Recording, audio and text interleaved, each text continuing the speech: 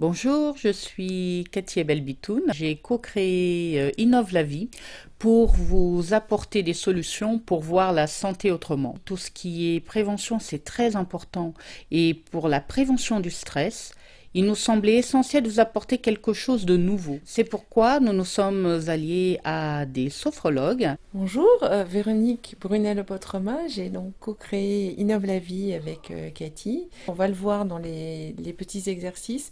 Ça peut être très court et ça peut vraiment nous apporter une aide. Donc n'hésitez pas, vous voyez, moi je suis déjà conquise sur... Alors il faut savoir que la sophrologie, ça sert énormément au mieux-être finalement. C'est la partie très importante de notre métier et notamment pour les personnes qui ne sont plus aujourd'hui en activité mais qui restent très actives.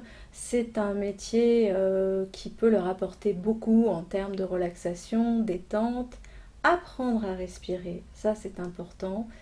Retrouver aussi une certaine concentration, une certaine relation bienveillante avec son corps et qui peut permettre d'échanger quand on fait du groupe avec d'autres personnes autour de soi. J'ai exercé pendant 19 ans la profession d'infirmière et j'ai voulu changer, prendre un autre tournant dans ma vie professionnelle. Christelle et moi, nous nous sommes rencontrés dans le cadre professionnel et nous travaillons ensemble, donc c'est important de dire que les sophrologues peuvent travailler ensemble.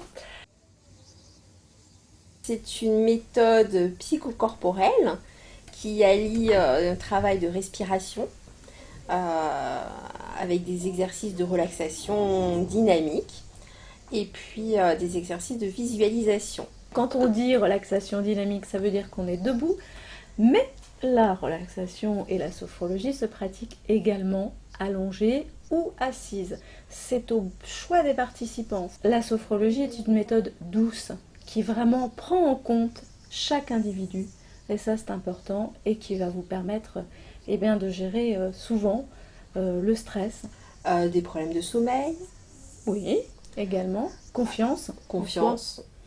On travaille beaucoup avec les étudiants, les enfants. Ça peut aussi aider à la gestion de la douleur pour les gens qui ont des maladies compliquées et qui ont besoin de gérer leur douleur, mais également ça peut aider à la prise de conscience du corps et aussi à s'accepter corporellement.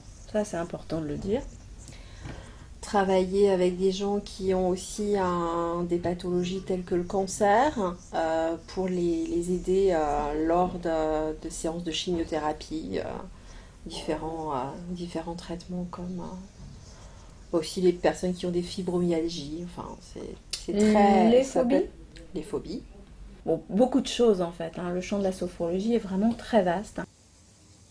Alors, il y a quelques mutuelles qui prennent en charge. Je vous conseillerais d'aller voir sur la chambre syndicale de la sophrologie où on trouve le nom des mutuelles. Quelques comités d'entreprise aussi peuvent prendre en charge. De toute façon, le plus simple, c'est encore de demander à vos mutuelles.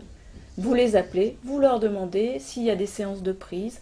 Certaines fois, ce ne sont que la moitié de la séance qui sont prises, plusieurs fois par an. C'est intéressant de le demander.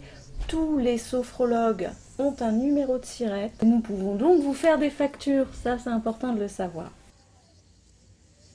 Il y a d'abord la première séance où là on demande à la personne de répondre à un questionnaire relativement vaste quand même sur son état de santé, sur ses habitudes. Ça peut être habitudes alimentaires, habitudes, savoir comment elle dort, tout un questionnaire bien précis. On peut travailler d'ailleurs avec le médecin qui suit cette personne.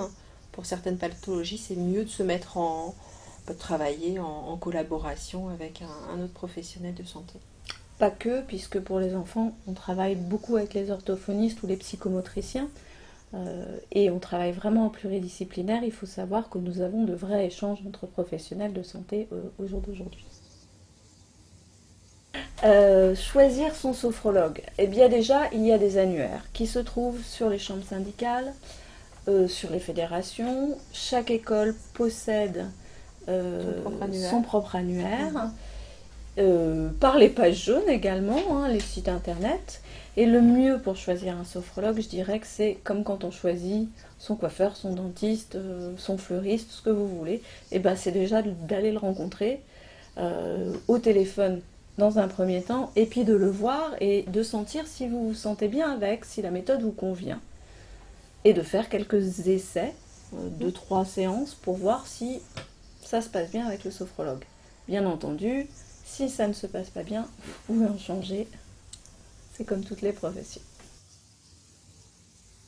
Il peut y avoir des pathologies psychiatriques lourdes, mais la sophrologie peut être quand même utilisée, mais par contre là avec un médecin psychiatre, en collaboration avec un médecin psychiatre. Et sous accord. Et sous accord, Du bien médecin sûr, psychiatre, bien sûr. qui pense que ça peut être bénéfique pour le patient. Alors, Sinon, après, ce ne sont pas forcément des contre-indications, mais ça peut être compliqué pour le patient. Donc c'est vraiment à prendre très délicatement. Ce sont tous les problèmes qui sont, je dirais moi, de l'ordre de la tachycardie ou de la tension. Parce que quand on redescend en sophrologie, qu'on se met en relaxation, ça peut être un petit peu compliqué. Donc il faut vraiment, vraiment que le sophrologue le sache et qu'il soit bien formé à ce niveau-là. Voilà, mais bon, la plupart de nos collègues sont tous formés, il n'y a pas de raison. Ça devrait bien se passer.